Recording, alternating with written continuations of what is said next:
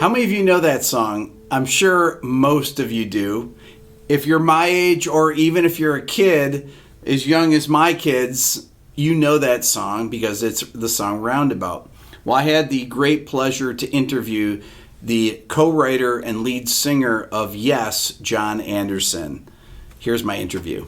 Jon, welcome. Welcome, Rick. How you doing? Doing very well. How about yourself? Very good, thank you. I was in my kitchen yesterday, and I said to my kids, I said, do you know this song? And they says, oh, yes. Oh, yeah, of course. Every kid knows Roundabout. How does that make you feel? Fantastic. You know, get them to listen to 1,000 Hands and we're going up and up and up. Today, they just put out a video of Phil Collins. It's in the air tonight. Coronavirus. Yeah, it's crazy, right? It's great. You know, Phil will be happy. He needs the money. Yes. That's not true. That is not true. I know that. When I was in high school, to prove that you were a great musician, you had to be able to play long distance Runaround. Okay? This is like where I was growing up. Yeah. That was a song. If you could play long distance Runaround, people freaked out. Oh my God, he can play a long distance Runaround. Do you remember writing the song? I sure do. You know, at that moment in time, Yes, it really sort of found its feet musically. You know, the Yes album was the first album that we knew what we were doing. The first two albums, we were still trying to figure out basically what we were about musically. And I remember Long Distance Runaround is very, very simple idea. And I went in the studio one afternoon and I said, let's try this song because everybody's sitting around. What are we going to do next? And so on, you know. And I said, well, it's just these chords. And I played them and they all joined in. And I just said, okay, guys, why don't we just, you know, why don't we try, I'll just, Rick, chords. You guys are going, da da da da da da da da da da da, like stupid, but and they're going ga ga ga ga boom, and of course Bill loved that very much because it was like and that beat, that beat, that beat, that beat, and then the chorus, you know. So that's how we worked together. You know, I was able to come up with ideas that were sort of totally left field. And that's how we recorded. We recorded one afternoon. It was really a lot of fun. You would come in just with the ideas and you guys would just arrange it on the spot in the studio? Yeah. So everything was done because we were very compatible, you know, with each other. And I was like the guy in the middle.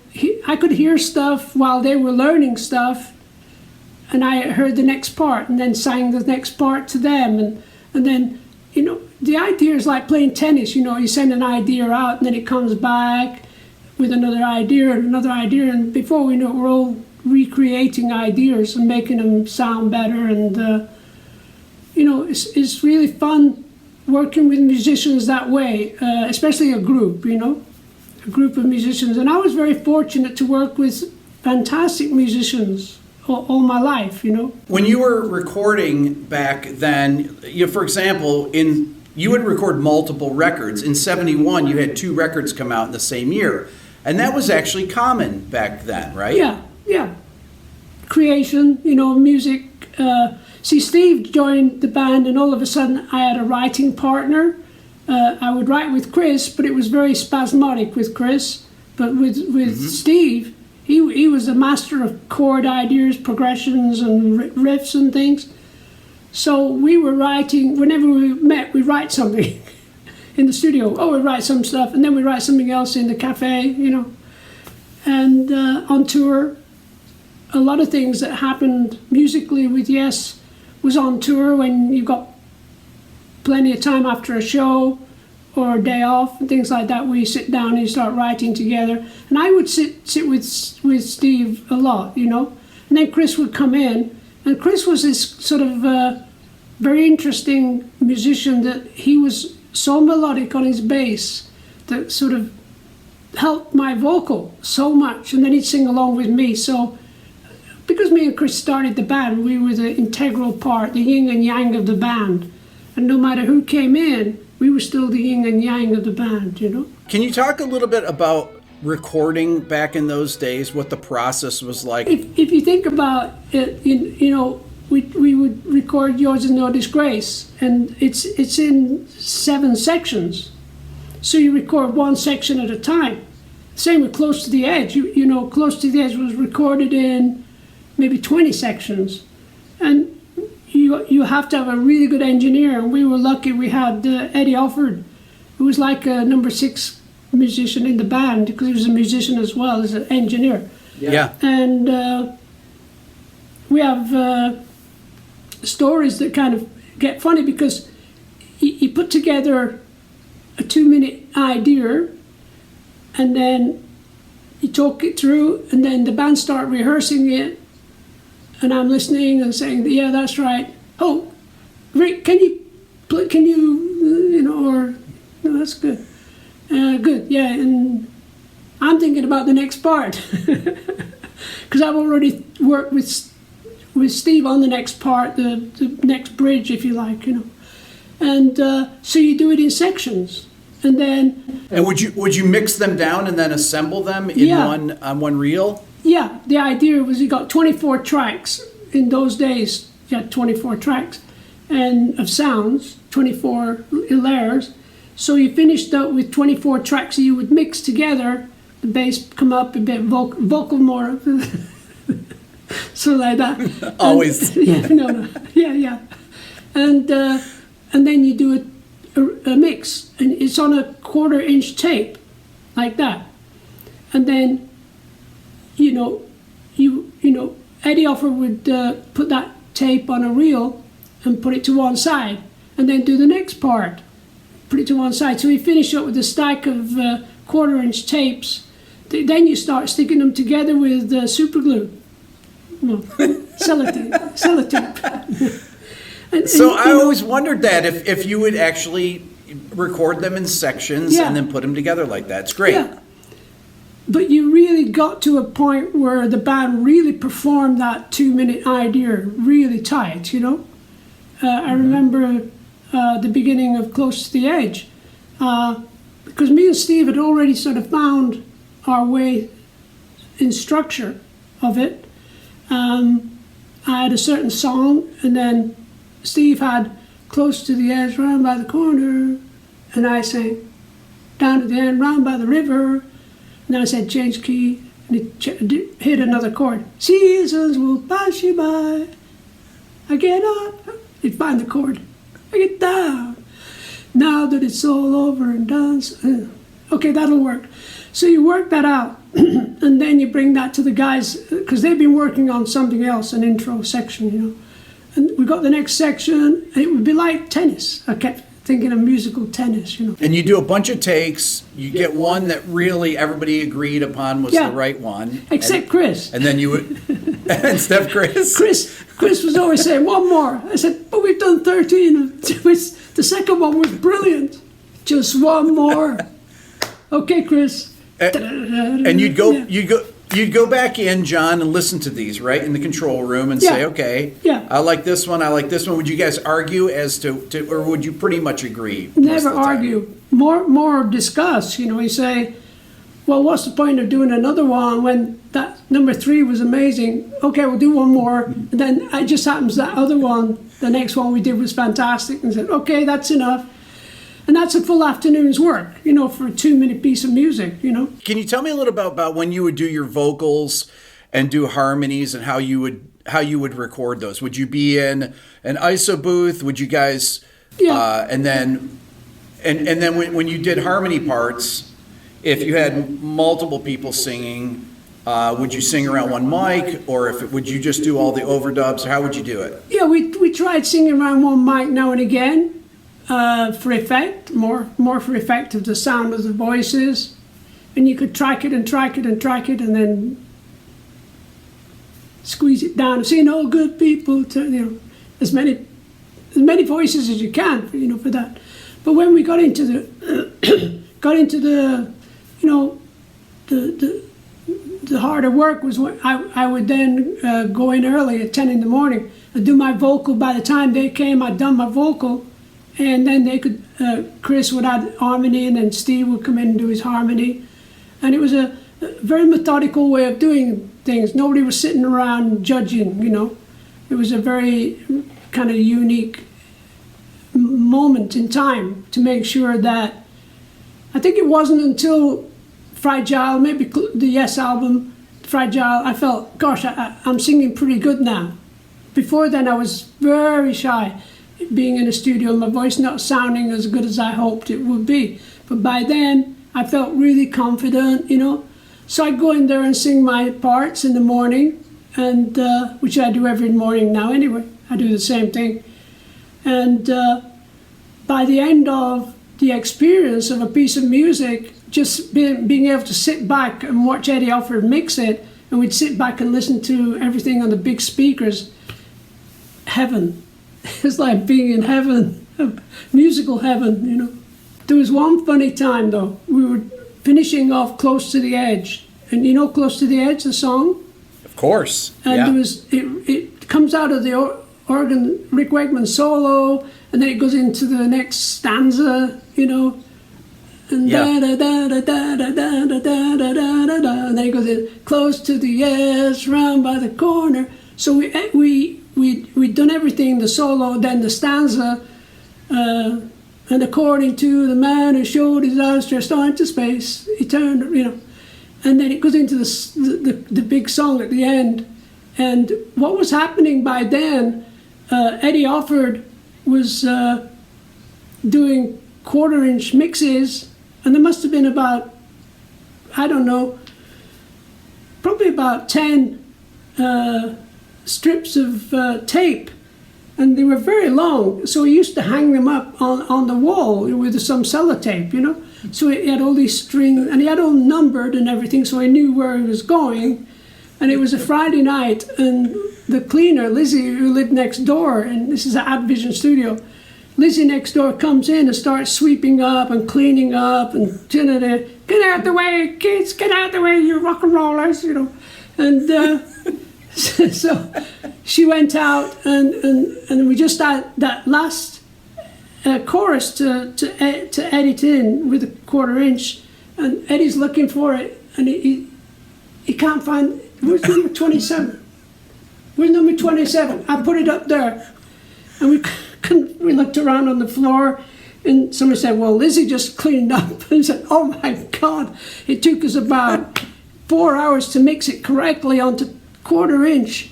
And so we ran outside in the dustbin, and it was raining, and we're pulling out pieces of tape. 19, no, that didn't work. 26, okay. And we take it back in, and we cleaned it, and it was about 11 o'clock at night, and we just, okay, and we put it on, and we all sat there like, please. And it was perfect. One of the things about those records, they're such great headphone records. They're all the panning of the instruments. Yeah. I mean, were you conscious of that about headphone records? Would you put headphones on while you're listening to the mixes and say, "Oh, put this over here, put this over here"? That came around that period of time where the ocean sound is the middle of Close to the Edge, and you know, surround sound things that you think about, and that was done probably just happenstance that, you know, Eddie Alford was a great engineer. He was brilliant, and he did all that positioning and everything, and everybody had a gig, you know. I was in the middle of everybody, zooming around, making sure this is going to work, that's going to work, need more lyric, I've got to figure out a better lyric for this section, and so on and so on. And everybody was committed to their work, and that was the brilliance of Yes in the 70s up until the end of the 70s. You know, there was ups and downs, of course, which, you know, every band since the Beatles had ups and downs. In the 80s, when you had your biggest hit, really, Owner of a Lonely Heart, probably your biggest hit, or at least it was. For people, it was your biggest hit. It right? was. I mean, that was one of the biggest songs. I mean, it's one of the biggest songs ever, but one of the biggest songs of the 80s for sure. Yeah. And it was interesting for me because I grew up, in the 70s. I was in college when that hit. Yeah. And seemed like there was a whole new group of people that experienced Yes for the first time then. Yeah. What was that like as far as the change in sound with the band? 90125 was a miracle in a way for me because I was in the south of France and I'd let go of Yes because of a very bad experience with producers and managers in trying to make an album in Paris that never worked, And it was outside influences that did that with the band, and that's part of being in a band. You've got to be careful what outside influences talk about, blah, blah, blah. So I was in south of France writing music about fairies and Marc Chagall, the great Russian artist who I met. And then I went to London and Chris called me up. And I've been listening to the radio, by the way. There's one of the best radio stations in the world. It's called FIP, F-I-P, out of Paris.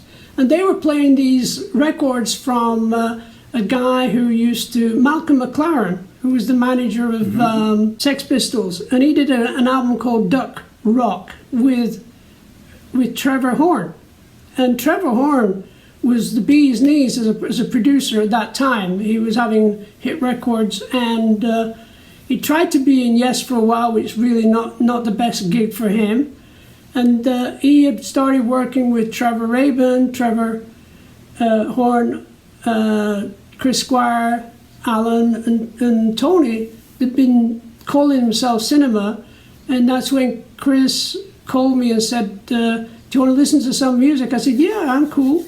So we got in his car and listened to these tapes, and they were so amazing, right on that edge where sampling was coming through, and there was something about the songs that really, they needed help in some ways, I remember listening to Owner of a Lonely Heart and thinking, the chorus is a hit, but the sounds and the samples, what's the sample? And he said, it's James Brown, da, da, da, da, da. And I said, it's so Trevor Horn, And then I said, it's missing a few things. And Chris said, I thought you'd say that.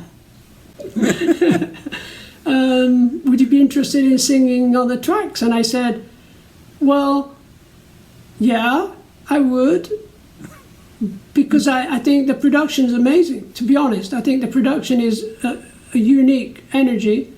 And I think that, the verse of Owner needs to be a little bit more spiky at the moment. It's a bit sort of wishy-washy, sort of. That's what I said anyway. And so he said, well, come on in tomorrow and join the band and we'll call ourselves Yes. And I said, that's why, yes. Because if you join, it'll be Yes. Of course it will, So I went in the following day, met Trevor Rabin, and we got on great. I realized he was a very talented musician, guitar player and everything, songwriter. And so we started working on the verse from Own of a Lonely Heart. And I said right away, it should be da-da-da, da-da-da. Because you got da-da-da, da-da-da, da-da-da. Move yourself. You won't understand. Never thinking of the future. That's how I work. I sort of mimic what I'm going to sing. And he had, I'll just help. And he wrote the second line. And then, we got through the first verse, and Trevor Rabin said, you get on with it, because I'm going to have some lunch. And I said, okay, I'll just get on with it. And I just carried on writing the verses, and Trevor Horn helped a couple of times. So it was a very joint experience. To write the verses need to be more, shall we say, interesting, because Own of a Lonely Heart, if you don't take care of yourself, you're going to have a lonely heart, sort of thing. So it was a great experience to join the band again in the 90125 time and go on tour. Total Spinal Tap upside down it was. It was amazing. It was. Thank God I saw Spinal Tap before we started touring. because I would have been so serious about it. But after that movie, I just said, forget it, you know.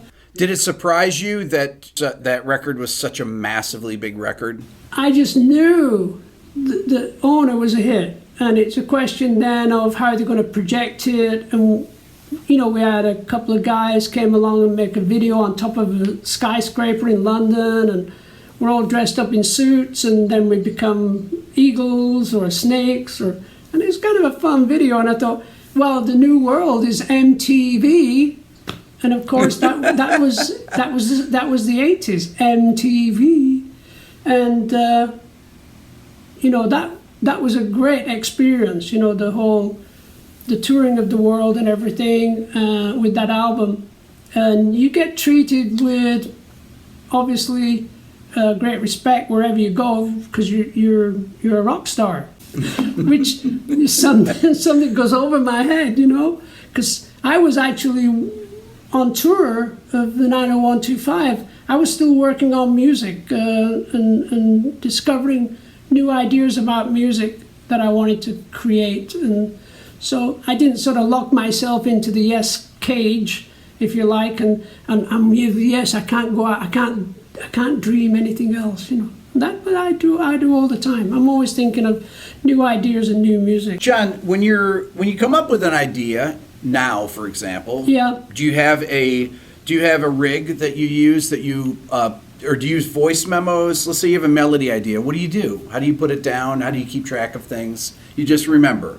Yeah, because what I found out was no matter what, that song is not going to go away. When 5 years later you're thinking, oh, what the hell is that song I keep hearing? Oh, I'll write it, I'll record it.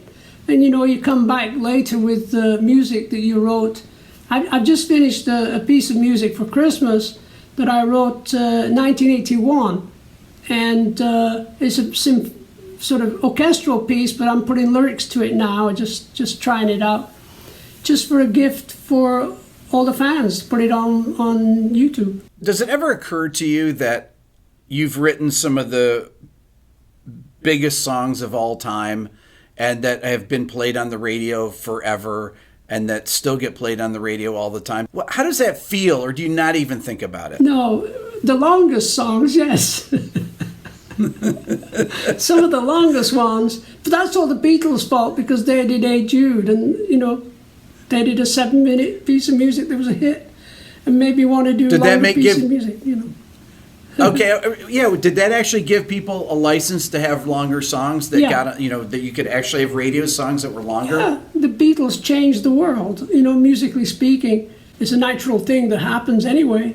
But you don't copy anybody or say, oh, now we must do a song just like Zappa, you know, or whatever.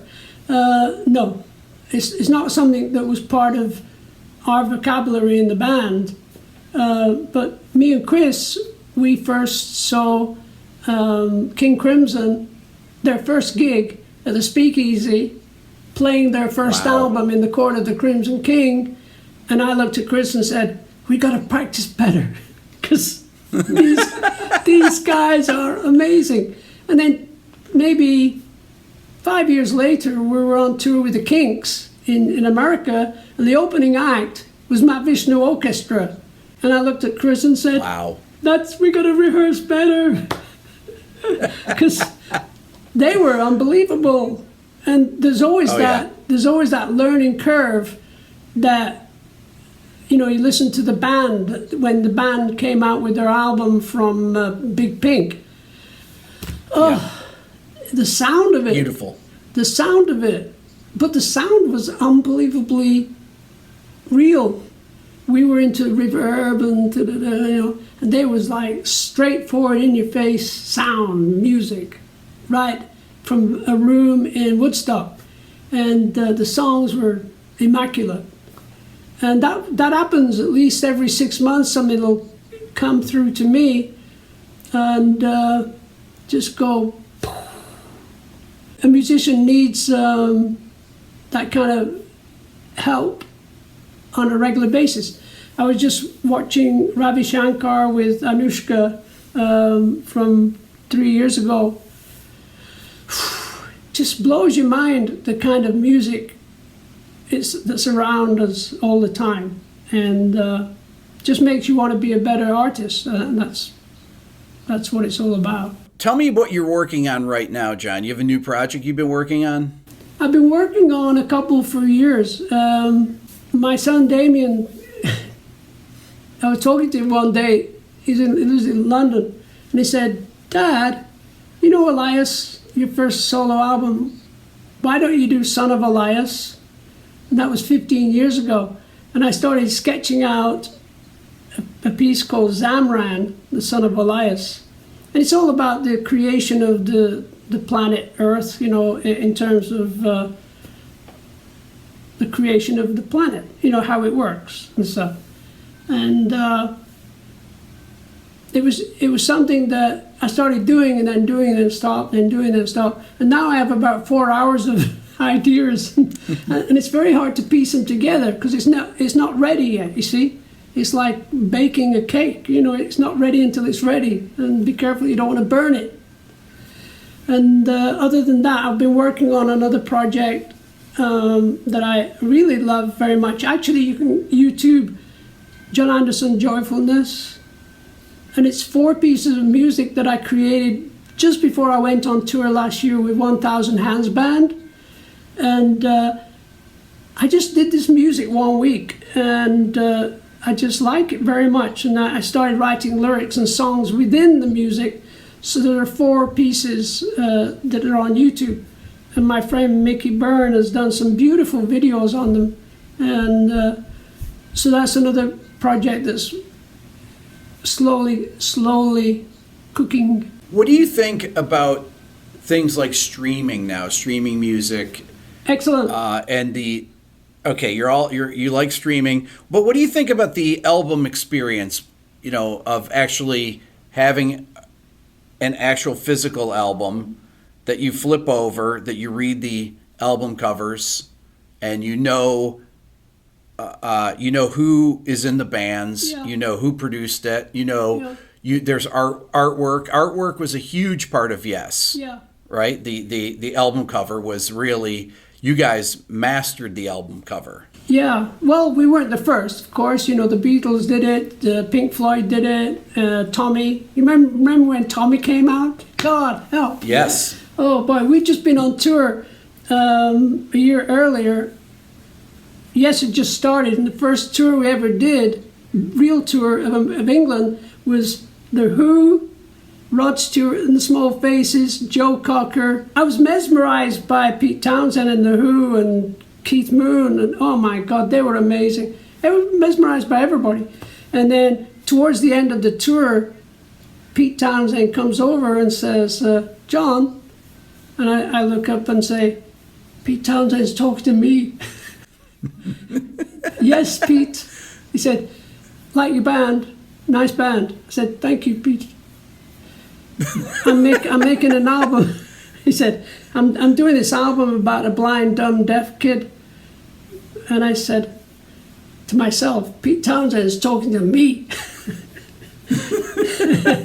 And then the album came out with the most beautifully arranged album cover, opened it up, and you know, that's really how what we did. We were sort of, the next extension of that was Roger Dean and finding somebody who could actually stay with the band each album for a period of time.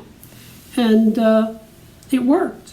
Jon, if I said to you, if you think back over your career, are there any specific gigs that just jump right out from whenever?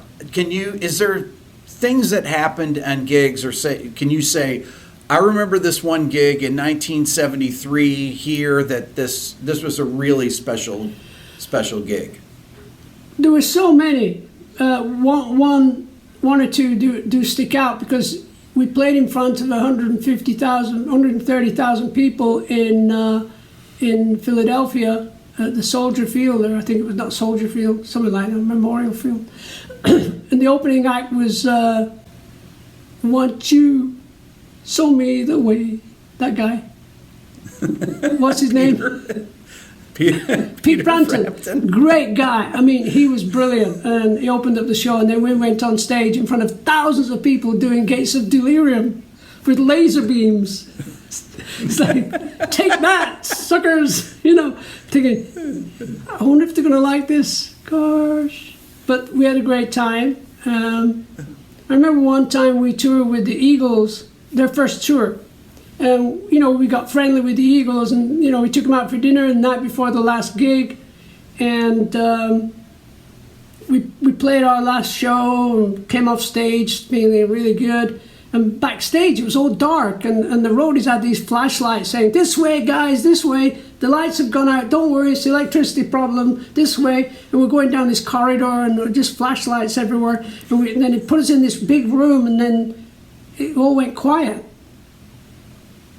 And then the lights came on, and there was a table full of custard cream pies, and the Eagles standing there and started throwing custard cream pies all over us. And Steve Howe's got his guitar going, "Oh no, my guitar!" And I jumped on the table and started throwing things at him like that. That's all for now. Don't forget to subscribe. If you're a first-time viewer, ring the bell. That'll let you know when I go live and when a new video comes out. Give it a thumbs up. Leave a comment. That's very important. If you're interested in the Beato book, go to my website at www.rickbeato.com. Follow me on Instagram at rickbeato1. Check out the new Beato ear training program at beatoeartraining.com. And if you want to support the channel even more, think about becoming a member of the Beato Club. Thanks for watching.